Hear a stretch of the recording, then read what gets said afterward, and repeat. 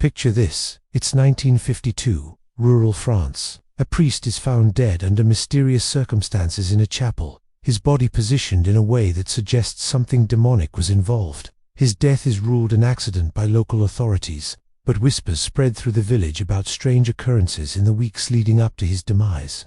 People reported seeing a tall figure in black robes wandering the grounds at night. They heard guttural voices speaking in languages no one recognized. And then, just as suddenly as it started, everything went quiet. The priest was dead, and whatever haunted that chapel seemed to have vanished. Flash forward to The Nun 2, the 2023 horror sequel that terrified audiences worldwide. The movie opens with that very scene, a priest's mysterious death in France, setting the stage for Sister Irene's return to battle the demonic entity known as Valak. But here's the question that keeps horror fans up at night. How much of this is based on reality? Did Ed and Lorraine Warren, the famous paranormal investigators whose cases inspired the entire Conjuring universe, actually investigate a demon that manifested as a nun? And is Valak a real demonic entity from historical demonology, or just a creation of Hollywood's imagination? Today, we're diving deep into the true story behind The Nun 2. We're going to separate fact from fiction, explore the real demonology of Valak, examine the Warrens' actual involvement with this entity, and uncover the terrifying historical cases that may have inspired this nightmare fuel. By the end, you'll know exactly what's real, what's embellished, and what's pure Hollywood magic. And trust me, the truth might be even more disturbing than the movie. Let's start with the demon itself. In the Nun movies, Valak is portrayed as a demonic nun with a terrifying pale face, sharp features, and glowing yellow eyes. The entity haunts churches and convents, corrupting holy ground and tormenting those who dare to challenge it. But if you crack open historical texts on demonology, you'll find something interesting. Valak is actually a real demon from ancient grimoires, but it has nothing to do with nuns. According to the Lesser Key of Solomon, also known as the Ars Goetia, a 17th century grimoire that catalogues 72 demons, Valak is listed as the 62nd spirit. But here's where it gets interesting. Valak is described as appearing as a small boy with angel wings, riding a two-headed dragon. Not exactly the terrifying nun we see in the movies. Right. The grimoire states that Valak is a president of hell, who commands 30 legions of demons, and has the power to reveal the location of hidden treasures and serpents. So why did the Conjuring universe filmmakers transform this dragon-riding child demon into a demonic nun? The answer lies in a combination of creative liberty and psychological horror. Director Corin Hardy and writer Gary Dauberman wanted to create something that would be both terrifying and blasphemous, a corruption of something pure and holy. What's more unsettling than a bride of Christ twisted into something evil? The juxtaposition of the nun's habit, a symbol of devotion and purity, with the demonic presence creates an immediate sense of wrongness that strikes at a primal level. It's the same reason why creepy dolls and corrupted children are so effective in horror. They take something innocent and make it malevolent. Now, let's talk about the Warrens, because this is where things get complicated. Ed and Lorraine Warren were real paranormal investigators who worked on thousands of cases from the 1950s until Ed's death in 2006. Lorraine continued their work until her death in 2019. They're most famous for investigating the Amityville Horror House, the Perron family haunting that inspired the first Conjuring movie, and the Enfield poltergeist case. Their Museum of Occult Artifacts in Connecticut housed some of the most disturbing possessed objects ever collected, including the real Annabelle doll. But here's the thing. There's no documented case in the Warrens' extensive files about them investigating a demonic nun named Valak. The character of Valak and its nun form was created specifically for The Conjuring 2, where it first appeared terrorizing Lorraine Warren in visions connected to the Enfield case. The filmmakers needed a demon to serve as the main antagonist, and they pulled the name Valak from historical demonology, then created an entirely new appearance and backstory for cinematic purposes. However, and this is important, the Warrens did investigate numerous cases involving demonic entities manifesting in religious settings. They documented cases of demons appearing as priests, nuns, and other religious figures as a form of mockery and blasphemy. According to their files, demons often take on religious forms, specifically to corrupt faith and create spiritual confusion.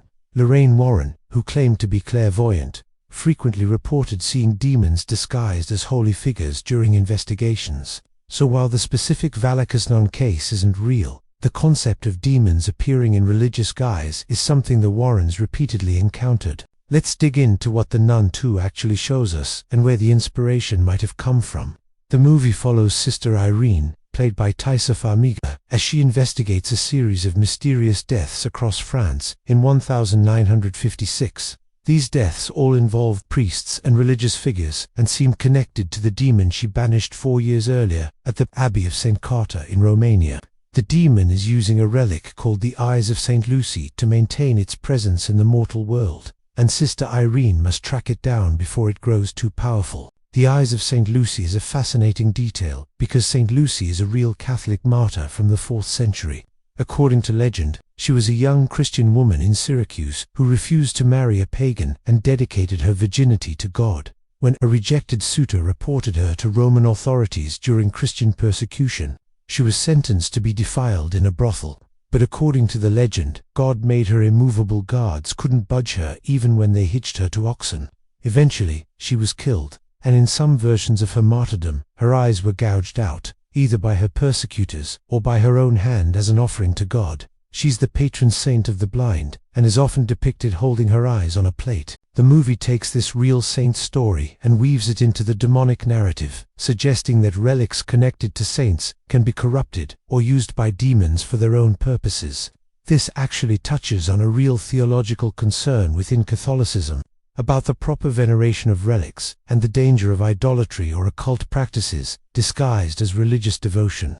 There have been historical cases of fake relics, cursed objects disguised as holy artifacts, and debates about whether certain religious items have been corrupted by evil. The French setting of The Nun 2 is also significant. France has a deep history of both Catholic devotion and dark occultism. During the 17th century, France experienced what historians call the Affair of the Poisons, where members of the French nobility were implicated in black magic, poisonings, and satanic masses. Some of these rituals allegedly took place in convents and involved corrupted clergy. The famous case of the Loudun possessions in 1634 involved an entire convent of Ursuline nuns who claimed to be possessed by demons, leading to the execution of a priest named Urbain Grandier. Whether these were genuine possessions, mass hysteria, or political persecution remains debated, but they show that the idea of demonic activity in French religious institutions has historical precedent. One of the most chilling aspects of The Nun 2 is how it portrays Valak's ability to hide in plain sight, using religious imagery in holy places as camouflage. There's a scene where the demon appears in a chapel filled with praying worshippers, and no one notices the evil among them. This concept actually aligns with exorcist accounts and demonology texts that warn about demons' ability to disguise themselves and infiltrate sacred spaces. The Catholic Church has specific protocols for identifying when a location has been spiritually compromised, including ritual blessings and exorcisms of buildings, not just people. Father Gabriel Amerth, who served as the chief exorcist of the Diocese of Rome for 30 years and performed over 160,000 exorcisms, wrote extensively about how demons can attach themselves to locations, especially places where great evil occurred. He documented cases where churches and monasteries became sites of demonic activity due to historical atrocities, occult practices, or simply because demons target places of worship to cause maximum spiritual harm. While Amorth never specifically mentioned a demon named Valak or one appearing as a nun, his writings confirm that demonic manifestations in religious settings are taken seriously by the Church. The movie also features the character of Maurice, who becomes possessed by Valak at the end of the first Nun movie. In The Nun 2, we see how this possession develops and eventually leads to the events of The Conjuring, creating a timeline connection across the entire franchise. The concept of possession that lies dormant or gradually takes control over years is actually consistent with exorcist accounts. Not all possessions are immediate and dramatic. Some develop slowly, with the demon gradually asserting more influence over the victim's thoughts, behaviors, and physical body. The possessed person might have periods of normalcy interrupted by increasingly frequent episodes of demonic control. The portrayal of Sister Irene as someone with a special spiritual gift that allows her to confront demons is reminiscent of real accounts of religious individuals who served as exorcists or spiritual warriors. Throughout Catholic history, Certain saints and holy people were said to have particular charisms, spiritual gifts that made them effective against demonic forces. Saint Benedict, Saint Francis, Saint Catherine of Siena, and many others have stories of confronting and banishing demons. The character of Sister Irene follows in this tradition, though obviously dramatized for cinematic effect. Now let's address the big question. Did anything like the events in The Nun 2 actually happen? The honest answer is no, not in the specific way the movie portrays. There's no documented case of a demon named Valak appearing as a nun and terrorizing France in the 1950s. The Warrens never investigated such a case. The specific plot of the movie is fictional. However, the movie draws on real elements: the historical demonology of Valak, the Catholic tradition of exorcism and spiritual warfare, documented cases of demonic activity in religious settings, the real history of St. Lucy, and the Warrens' general approach to paranormal investigation. It's a tapestry woven from threads of truth, embellished and rearranged into an original horror narrative. What makes The Nun 2 effective as horror isn't necessarily its faithfulness to true events, but how it taps into deep-seated fears about corruption of the sacred, the hidden presence of evil, and the vulnerability of faith when confronted with genuine malevolence.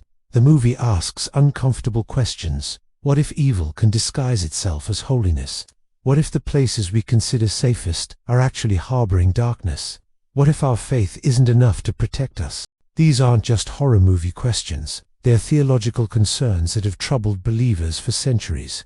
The concept of Satan appearing as an angel of light is biblical. The idea that demons specifically target the faithful and religious institutions is central to Christian demonology. The fear that evil can corrupt anything, even the most sacred things, is a genuine spiritual anxiety. For viewers who believe in the paranormal and demonic activity, The Nun 2 might resonate as a dramatized but spiritually accurate portrayal of how demons operate. For skeptics, it's an effective horror movie that uses religious imagery and historical references to create atmosphere and dread. Either way, it's part of a larger cultural fascination with the Warren cases and the question of whether the supernatural is real. It's worth noting that the Conjuring universe movies, including the Nun films, have been controversial among both believers and skeptics. Some Catholics and Christians appreciate them for taking spiritual warfare seriously and portraying faith as powerful against evil. Others criticize them for sensationalizing and potentially trivializing genuine spiritual matters, or for using sacred imagery in ways that feel disrespectful. Skeptics point out that the Warrens' claims were never scientifically verified, and that many of their famous cases have been debunked or called into question. The real Annabelle doll, for instance, is just a Raggedy Ann doll, not the porcelain nightmare from the movies. The Amityville Horror has been widely exposed as a hoax perpetrated by the Lutz family and their lawyer. The Enfield poltergeist case has believers and debunkers on both sides, so when we talk about the true story behind these movies, we're already starting from a complicated place where truth and legend are thoroughly mixed. But here's what's undeniable. These movies have revitalized interest in demonology, exorcism, and paranormal investigation. They've introduced a new generation to the Warrens' work and sparked conversations about faith, evil, and the supernatural. Whether you believe any of it is real or dismiss it all as superstition and entertainment, The Nun 2 and films like it occupy an interesting cultural space where horror, religion, and claimed true events intersect. The success of The Nun 2, which grossed over $250 million worldwide, shows that audiences are hungry for this type of content. There's something compelling about horror that claims to be rooted in reality, even when that reality is disputed. It adds weight to the scares, makes the evil feel more present and possible. When the movie ends and the credits roll, you're left wondering, could this really happen?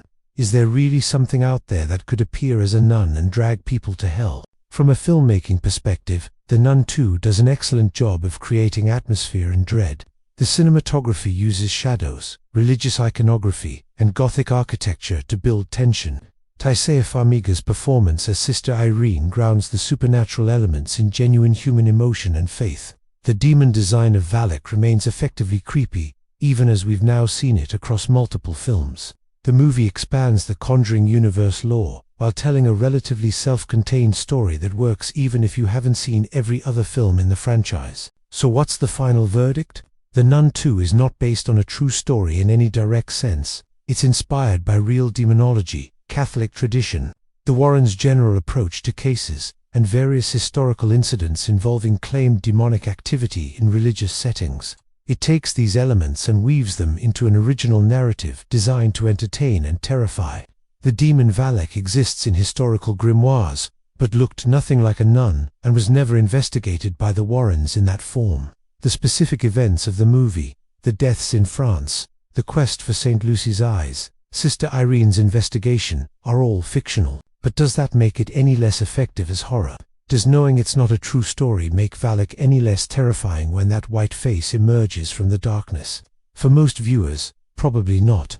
The power of the nun lies not in its factual accuracy, but in its ability to tap into primal fears and spiritual anxieties that feel true even if the specific story isn't. The Conjuring universe has found a successful formula. Take elements of real paranormal investigation, mix in historical demonology and Catholic theology, add gothic horror atmosphere and strong characters, and create something that feels plausible enough to be unsettling. Whether any of it is actually true is almost beside the point. These movies have become modern myth, contemporary folklore that explores age-old questions about good and evil, faith and doubt, the seen and unseen. If you're fascinated by The Nun too and want to explore the real history, I'd recommend looking into actual Catholic demonology texts like the Ars Goetia, reading about historical possession cases like Loudon or Lauvius, and examining the Warrens' documented cases with a critical eye. Compare their claims to the skeptical investigations. Form your own conclusions about whether the paranormal is real, or if these are just compelling stories that play on our fears and need for meaning in a sometimes terrifying world. One thing is certain. The Nun 2 won't be the last film to blur the lines between horror entertainment and claimed true events. As long as audiences are fascinated by the possibility that demons, ghosts, and the supernatural might be real, filmmakers will continue to mine that rich vein of fear and wonder. And somewhere in Connecticut, the real Annabelle doll sits in her case at the Warrens Occult Museum. And whether you believe she's possessed or just a creepy doll, she'll be waiting there, just like Valak waits in the shadows of the silver screen, ready to terrify another generation of movies. Thanks for watching this deep dive into The Nun 2. The truth behind the horror is always more complicated than a simple yes or no answer. These films exist in that fascinating gray area where history, religion, entertainment, and fear all meet. Whether you walk away believing in demons or just appreciating good horror storytelling, The Nun 2 has done its job. It made you think about what might be lurking in the darkness, and isn't that what the best horror always does? Retry.